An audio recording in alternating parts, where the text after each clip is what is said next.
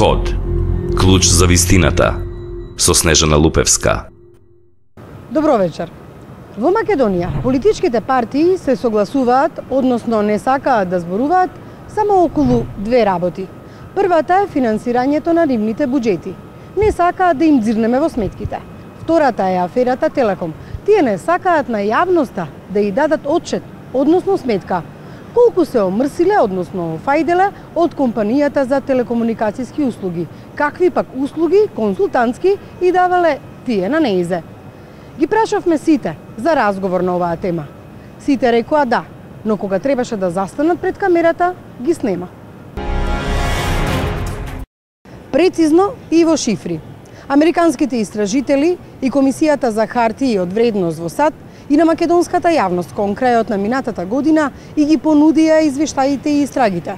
Во нив има спогодби, протоколи за тоа како македонските тогаш владеачки партии и некои незини функционери се спогодувале да добијат подкуп за да обезбедат монополска позиција на Телекомот.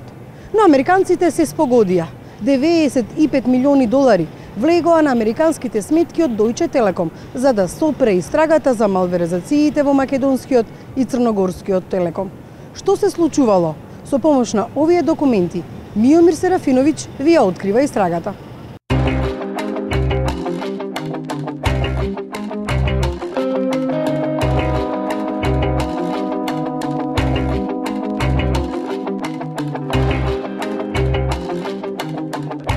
Протокол за соработка, таен и во само две копии.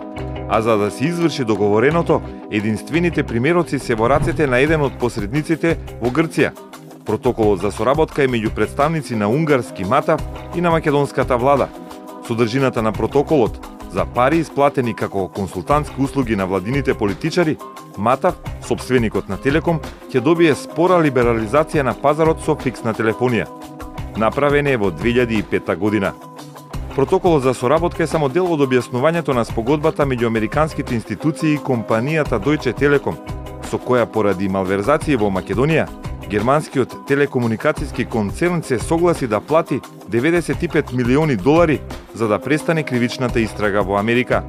А обвинувањата беа и се уште се сериозни, дека македонски политичари зеле мито за да ја успорат либерализацијата на пазарот на телефонијата, со што корист има Телеком, МАТАВ и Deutsche Telekom.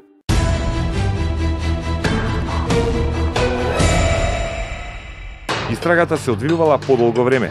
Се почнало од ревизорскиот извештај за работата на Телеком во 2005 година, кој е доставен до Американската комисија за хартии од вредност. Тој извештај направен по барање на Deutsche Telekom и тој извештај е доставен и до нашата комисија за хартии од вредност. Тој извештај е доставен до Комисијата за хартии од вредност во Америка, затоа што Deutsche Telekom и таму котирал на берза, значи тоа мора да го направи. И во тој ревизорски извештај е констатирано дека има неправилности во финансиските извештаи. И од тука произлегуваат сите тие работи. Откако се утврдени неправилности со исплата на консултантски услуги, почнува истрагата на американските власти. Во текот на истрагата ќе се открие дека со подмитување на македонски политичари биле измамени учесници на Њујоршката берза. Покрај федералната истрага и Deutsche Telekom отпочнува своја, за која ангажирана реномираната правна агенција White & Case. Нивни агенти или инспектори престојувале и во Скопје. Тоа е дел од кој знаат така наречени додадени услуги, консултантски услуги, бидејќи таму очекува американците дека ќе се појават тие злоупотреби, директни со подмитување, со корупција на одредени личности кај нас. Затоа се задржа само на тој сегмент, мада криминалот не е направен во тој сегмент, тој е најпомалиот дел од криминалот. Имале неограничени овластувања за истрагата. Во тој период централата на Deutsche Telekom наредила дека не смее да се брише ништо од компјутерските терминали и да се заштити електронската пошта испраќана од канцелариите во Скопје. Но било откриено дека многу пораки и мејлови се избришани. Не за секогаш. Трагите се најдени на сервери во Америка. Содржината била проучена и било откриено дека не се проблем само консултантските услуги, туку нешто многу поголемо. подмитување на политичари за да ја успорат конкуренцијата и да ја зголемат заработката на најголемата македонска телефонска компанија. Тоа влијаело на цената на акциите на берзата, што е спротивно на американските закони. Откритието и истрагата биле добро наплатени од правната фирма White & Case. За таа истрага американците наплатија, за тоа ангажирај на нивните луѓе 2-3 години тука 124 милиони евра. Значи како трошок на истрагата. А истрагата покажа дека направена е злоупотреба, уствари криминал од 24 милиони евра. Која е логиката онда и на таа истрага? И тогаш почнале преговорите меѓу Соединетите Американски држави и Deutsche Telekom. Доказите им се покажани на водечките менаџери на Deutsche Telekom, поради што била прифатена мултимилионската спогодба. Во прилозите на спогодбата стојат две јасни реченици. Маѓар Телеком признава, прифаќа и потврдува дека е одговорен за делата на неговите службеници, вработени агенти и оние филијали на Маѓар Телеком. Наводите опишани во обвинителниот акт и фактите се точни и вистинити. Јасно се чита дека тие прифатиле дека се што пишува во обвинението е точно. Ама тоа што пишува во обвинението пишува дека парите се искористени за подкуп на политичари во Македонија. Значи, според нивното пишување тоа е точно. А еве и шемата која состави американците за подмитувањето и аферата од 2005. 5 компании. Deutsche Telekom е собственик на унгарски Матав, кој пак има собственост врз македонски Телеком. Уште две македонски компании се директно поврзани со Телеком, но и со скандалот со подкуп на македонски политичари. Тоа се услужната компанија Телемакедонија и Stonebridge Комуникации или Камени мост комуникации, фирма која номинално е собственик на унгарскиот мнозински удел во Телеком. Во играта според податоците во американската спогодба биле вклучени со сигурност 10 лица. 5 се извршни директори во фирмите на Deutsche Telekom. 3 се посредници, сите грци кои ја договарале сделката, а најмалку 2 се функционери со висока позиција во владата и во собствените партии таа 2005 година. Во документите на американското обвинителство стојат и 2 македонски политички партии од каде потекнувале подкупените функционери. За да не ги откријат, американците ги нарекле политичка партија А и политичка партија Б. Во овој круг се одвивала матната сделка вредна над 4.800.000 евра според американските судски органи. Благодарение на откриените мејлови и изјавите земени во Скопје, инспекторите на White & Case и на американското обвинителство во округот Александрија во државата Вирџинија ја опишуваат сделката.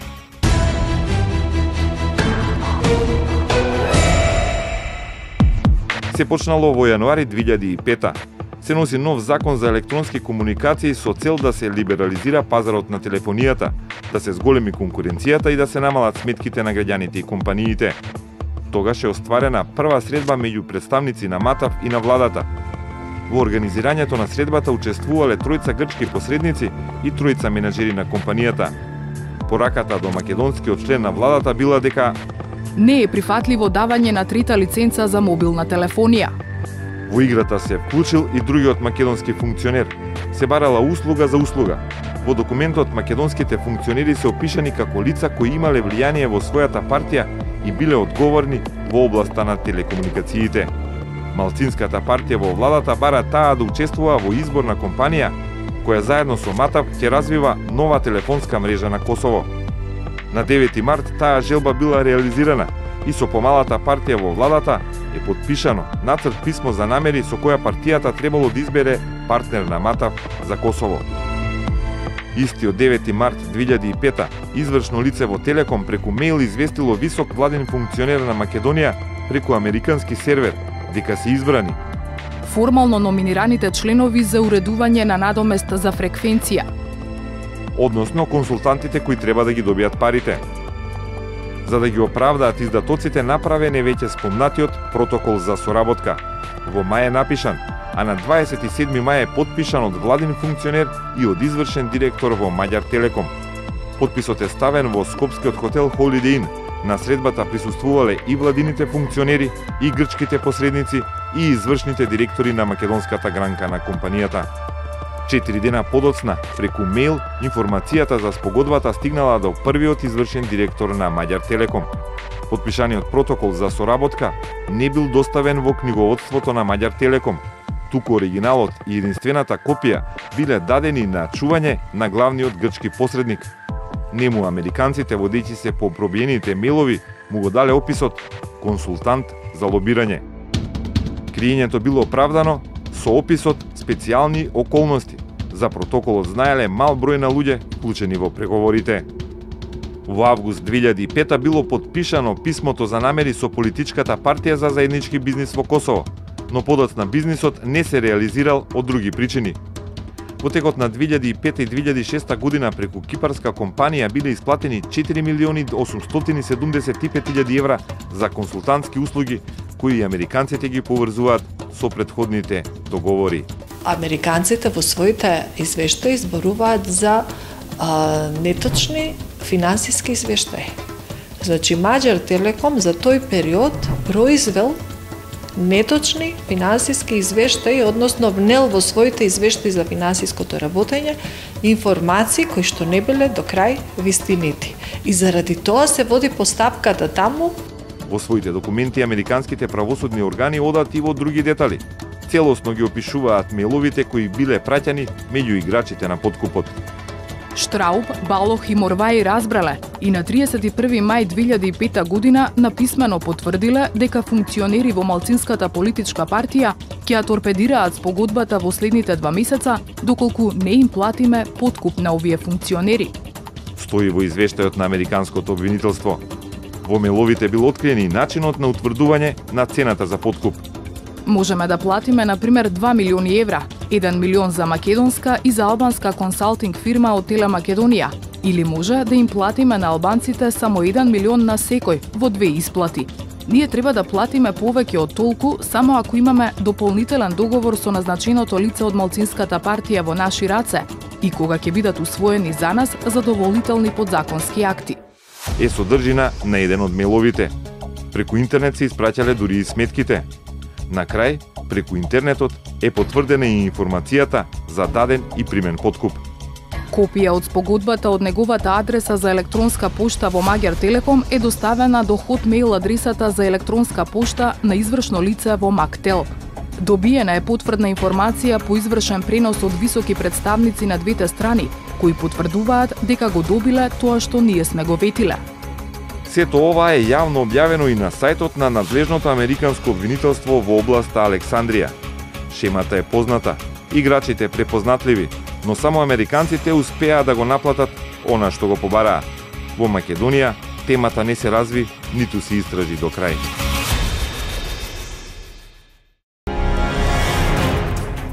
Македонскиот случај Телеком е стапот, а не морковот, кој го искористија американските истражители, за да можат да стигнат до мокното Deutsche Telekom и незините корумпирани менаџери. И додека тие, на тацна на македонските обвинители и истражители, им го дадоа случајот, тие сметаат овде дека нема никаква афера, па се уште не е поведена истрага. Кој го кочи се тоа?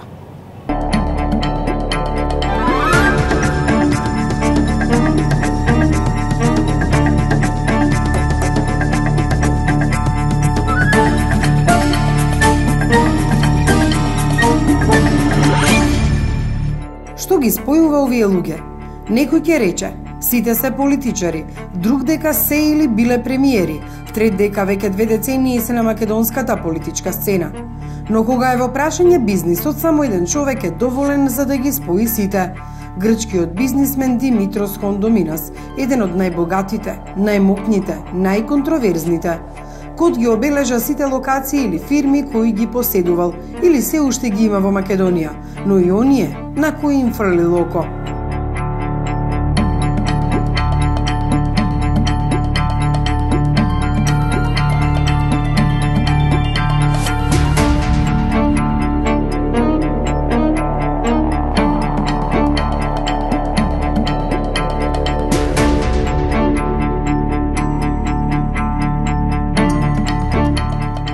Што ќе купи годинава Кондоминас во Македонија не се знае, но повеќе од една деценија овој човек се врзува за сите крупни сделки во земјава. Токму тој во 2005 ќе биде медијаторот кој ќе се обиде да ги помири Матав и македонските власти, кои упорно ја бараа неисплатената дивиденда од 42 милиони евра. Средбите што на почетокот ги имаа тогашниот премиер Владо Бучковски и извршниот директор на Маđar Телеком Елек Штрауб беа со посредство на Кондоминас. Од тука почнува сомнежот дека нешто чудно се случува со пресметаната добивка на Телекомот.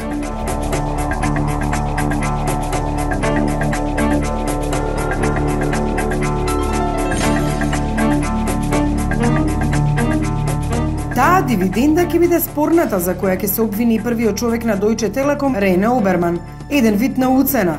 За возврат, унгарците барале да се задржи монополската позиција и додека Европската Унија неколку пати ја опоменуваше Македонија дека треба да го смени законот и да обезбеди либерализација на пазарот, тогашниот директор на Агенцијата на телекомуникации Коста Трпковски инвестициите на Кондоминас во безжичната телефонија ги нарече уште една успешна приказна.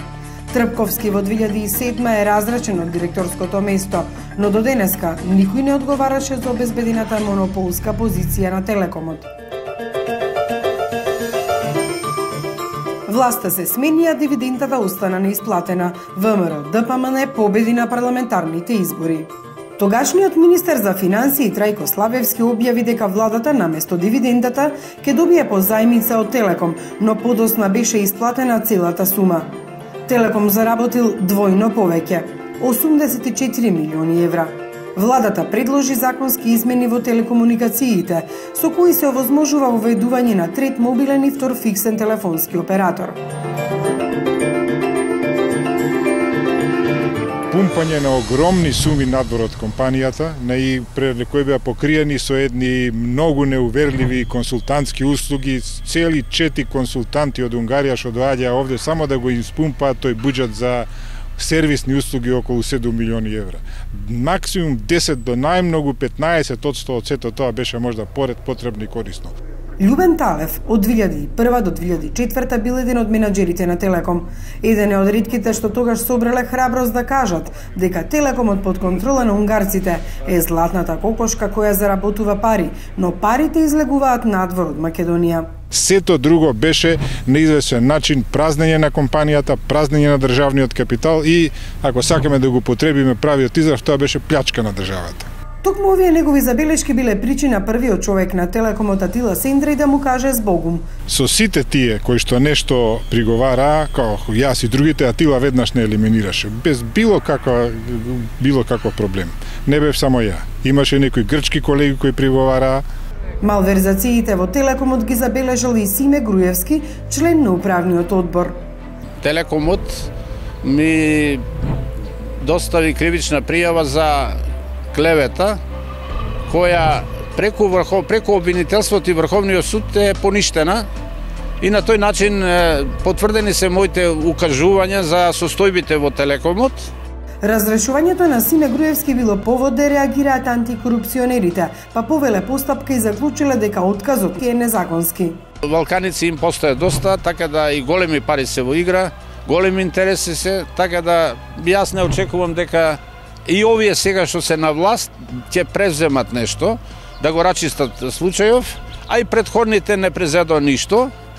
Антикорупционерите уште во 2003 ја ставиле под лупа работата на Телеком. Од тогаш досието е предадено во обвинителството. Државната комисија за спречување на корупцијата во тој период изрази сериозно сомневање дека целиот тој процес на приватизација е одвиван нетранспарентно, нефер.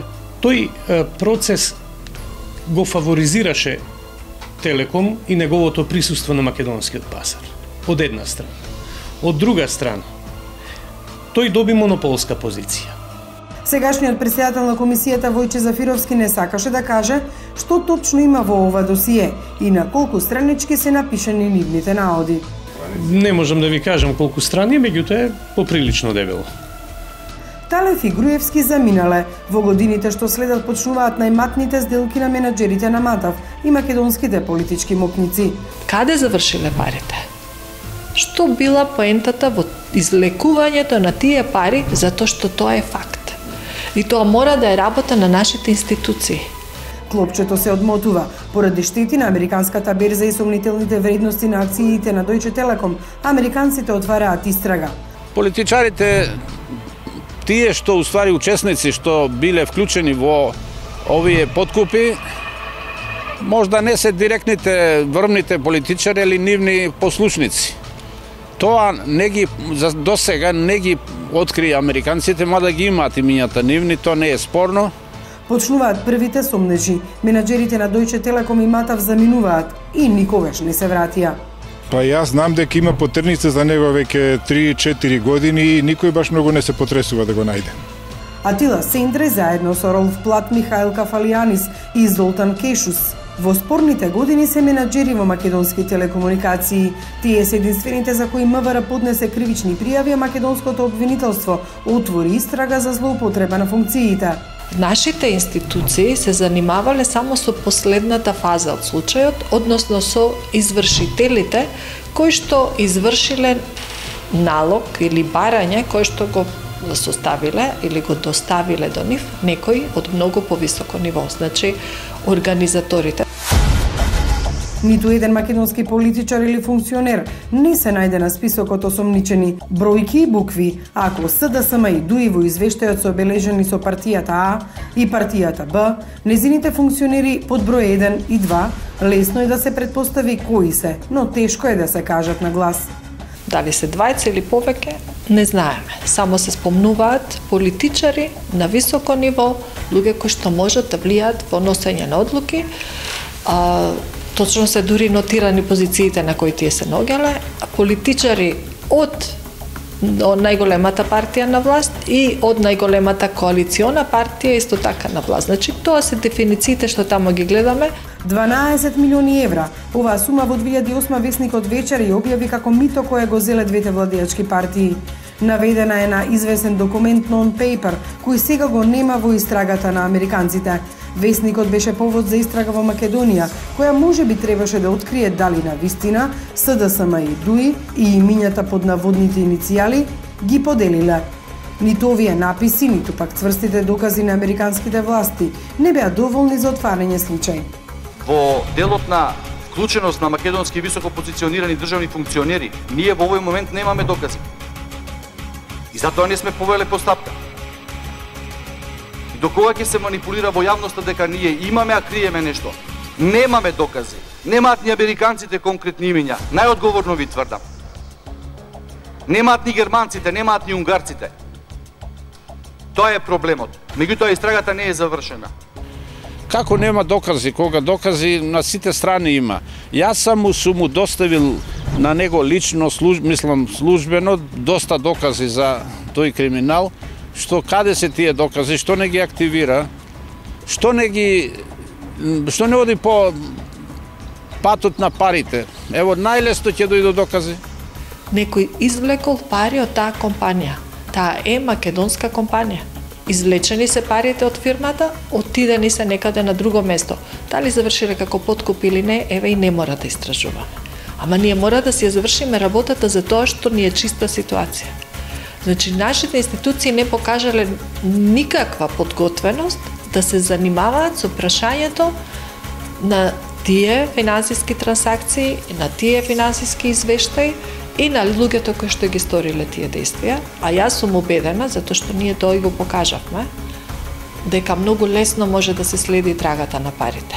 Шемата што ја покажа транспарентно се врз основа на сознанијата како е сплетена коруптивната мрежа за обезбедување превласт на компанијата. На дното со жолто се ставени функционерите во македонската тогашна влада. Она што засега не е познато е дали парите кои завршиле на сметките во Кипар, отворени од грчкиот тајкун, се префрлени на сметките на македонските политичари. Задачата на оваа влада треба да си оди да ги истражува овие действија и да расчисти со се тие злоупотреби, тој криминал, корупција во Телеком. Сега оваа влада со овие институции има таа можност. Скопје, Кипар, Атина, па дури и Брисел. Ова се само дел од местата каде се договарани сумите за подкуп. Оние јавните биле следени од медиумите, но секогаш со прашањето, што всушност е улогата на Кондаминас? Тој е и организатор, и посредник, и извршител. Значи, целосно е вклучен во тој случај, зборуваме за странскиот државјанин, за тоа со кои луѓе контактирал овде во Македонија. Слободно секој граѓанин кој денеска користи интернет, нека ги побара тие информации во весниците, објавени се. Кога дошол во Македонија, со кого се сретнал и каде се сретнал. А зашто разговарале, не знам. Код побара од споменуваните партии во овој текст да објаснат каква е нивната врска со Телекомот во последната деценија. Сите ја примија нашата порака, но никој не се одзва. ВМРО, ДПМН и СДСМ имаа безлични пресконференции. Тие тогаш управуваат со државата и тие треба сами да кажат кои се лицата кои земале пари од криминалот со Телеком. СДСМ треба да каже зошто нивната влада не направила ниту единствен чекор за рушење на монополот на Телекомот. ВМРО ДПМН не поднел ниту еден амандман на Законот за електронски комуникации. Замислете, Груевски, кој сега се фали со либерализација на пазарот, а го напаѓа тогашниот закон, тогаш како опозицијски пратеник не поднел ниту еден амандман. Дуи пак воопшто не се огласи, иако барем двајца нејзини врвни функционери со исти иницијали се ставени на листата преговарачи за подкуп. Колку и да бегаат од вистината, американските власти точно знаат кои се преговарачите, пишувачите на електронски пораки, примателите на рушветот. Целта му била за да ги држат во една зависност одредени политички структури, за да може да манипулира со нив. Затоа не ги ни покажуваат, него само кажаат дека се инволвирани во овој процес. Значи за манипулација. Ги имаат тие за манипулација, сега ги имаат политичарите, не може ни еден од политичарите да се извлечи. Сите мацнале од медот на Телекомот, некои повеќе, некои помалку. Трагите од тоа се наоѓаат во овие документи. Сега сите се во исчекување, ке им излезе ли името во јавноста. За сега се сигурни, нема да ги стават на листата обвинети. Ние остануваме зачаурени во нашите дневно политички, партиски и лични интереси. А дали понатака ќе се презема нешто, не очекувам јас, реално гледано, затоа што размената уствари со овие 4 згради, со сегашниве структури, ми укажува дека странците, Deutsche Telekom, Magyar Telekom, се обидува да го замрзне тој процес, да го блокира, уствари да го вонсудски реши како со американците што го реши. Со тоа што овде вонсудското решавање било на релација Magyar Telekom и приватни компании, а не државата. Уште кога во 2001 година, кога више се покажа после неколку месеци дека унгарските менаџери воопшто не почитуваат ништо. Буквално дивеат, се понашаат како една колонија во која што дошле и која што им е све дозволено, никаков институционален одговор немаше на тоа. Така да тие пари што се испумпани од компанијата се многу повеќе од овие што сега се споменуваат за овие 3-4 спорни договори. Издесува повеќе десетици милиони евра чисто испумпани пари заработени, пари во компанијата и испумпани на буквално неоправдан начин. Во Македонија со закон не е забрането странски компании да купуваат услуги од фирми каде се вработени партиски лица, но со закон јасно се кажува што значи злоупотреба на службена должност, злосторничко здружување, повреда на рамноправноста во вршењето на стопанската дејност, кривични дела кои транспарентност ги набројува како основ за гонење. Но сите тие за 2 години ќе застарат. Само едно има рок до 2024, злоупотреба на овластување во стопанството.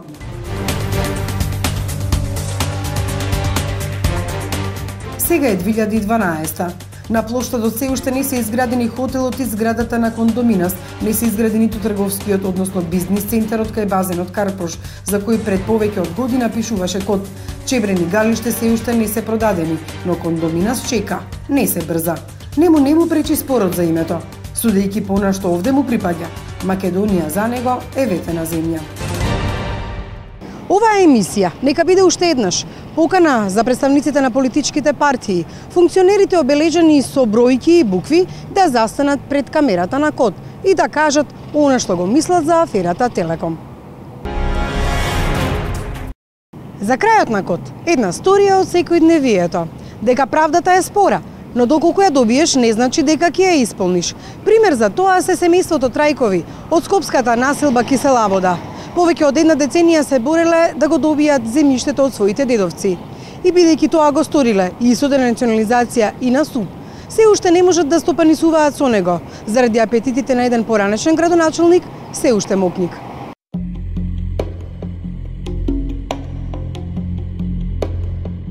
Некогаш Бавча, сега атрактивен плац. Овие 2700 метри квадратни сместени во општина Киселавода веќе 10 години се предмет во судовите. Ги користеле дедовците на фамилијата Трајкови и Дишовци, кои со генерации се борат да си го вратат она што било на дедовците. Во 2000 година поднесуваме барање за да се прогласиме за наследници во Основен суд Скопје 1. Потоа во 2002 година поднесуваме барање до комисијата во општина Кисела Вода, Министерство за финансии. Во 2004 година нас ни го враќаат имотот со клаузула за правосилност каде што треба да се запишеме во катастар. И од 2004 година почнува нашата голгота до ден денеска. Земјиштето е нивно, но објектите на него се туѓи. Овој проблем изгледа како да е нерешлив во ниту една институција. Дишовци и Трајкови добиле решение за денационализација со кое требало да ја наследат земјата, но до денеска не стопанисуваат со него.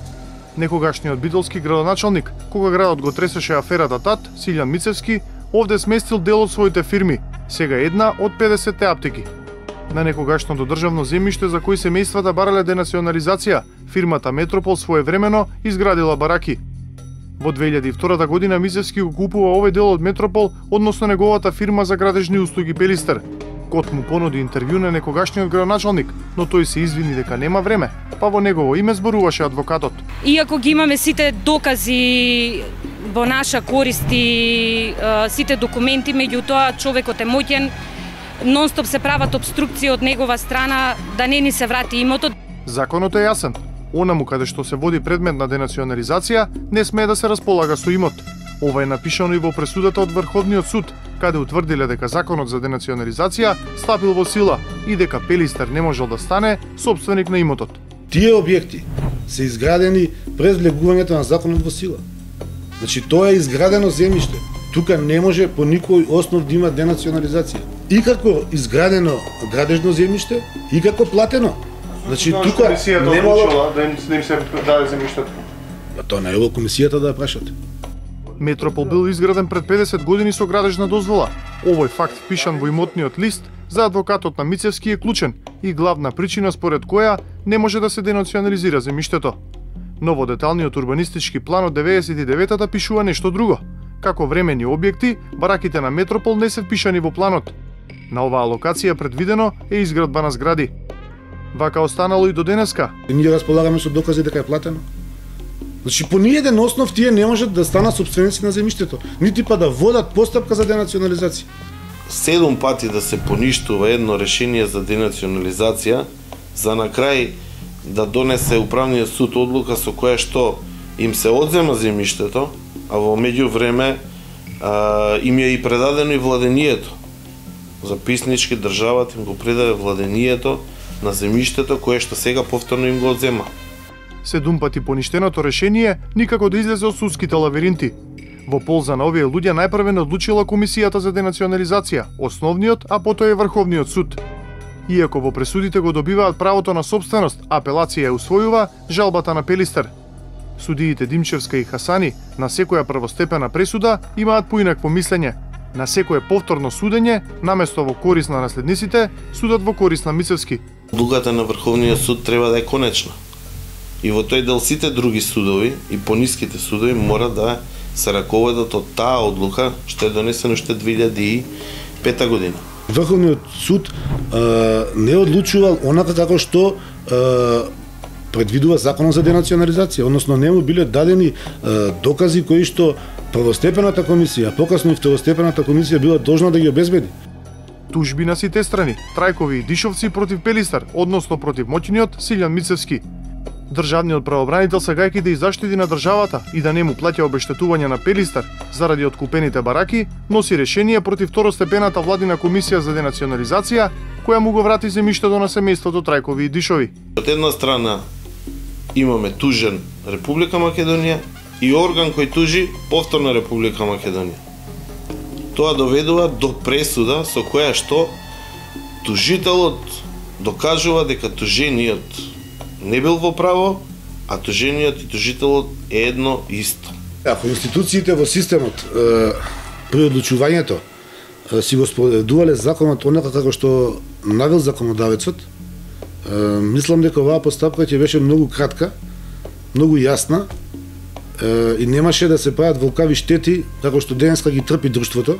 Многу е нелогично дека и тужениот, и тужителот сега имаат право на жалба до Висшиот управен суд. И сега, доколку владата како тужена што го изгубила предметот во управен суд, сака да поднесе жалба, кој ќе ја пишува таа жалба? По нашите прописи треба да ја пишува Државното правобранителство како нејзин застапник, а он е у ситуацијава и тужител кој успел. Зошто толку тужби? Одговор на ова прашање од државниот правобранител не добивме. Последната одлука од Управниот суд е правосилното решение од 2004-та да се преиначи, а на тужителите да им се исплати земјиштето во Врзници по цена од 500 денари за метар квадратен. Така земјата наместо ним ќе може да си ја купи Силјан Мицевски. Летото 6 месец 2011 година ние го добивме владението на земјиштето од Комисијата за денационализација. Од тогаш навака во катастар го однесовме тоа владение и добивме имотни листови. Во меѓувреме дојде известување дека владението од Комисијата за денационализација е обжалена од државниот правобранител и повторно е процесот вратен на разгледување. Како успеа тие да дојдат до едно решение каде што без никакви аргументи, без никакви докази, спротивно на Законот за денационализација, спротивно на Законот за катастар на недвижности, спротивно на Законот за општа управна постапка, излегува со став дека објектите се времени како основ за нивно враќање на земјиштето. Мислам дека господинот Силјан Мицевски сака да си го одземе без никаква надокнада земјиштето, според мене. Секој ден овие семејства поминуваат овде, со надеж дека ќе успеат да го иселат Мицевски од оваа земја. Во моментов и тие Мицевски се заглавени, тој не може да ги продаде објектите, ниту да гради. Тие пак не можат да го продадат земјиштето, се додека по една деценија не докажат дека на него не може да има и некој друг.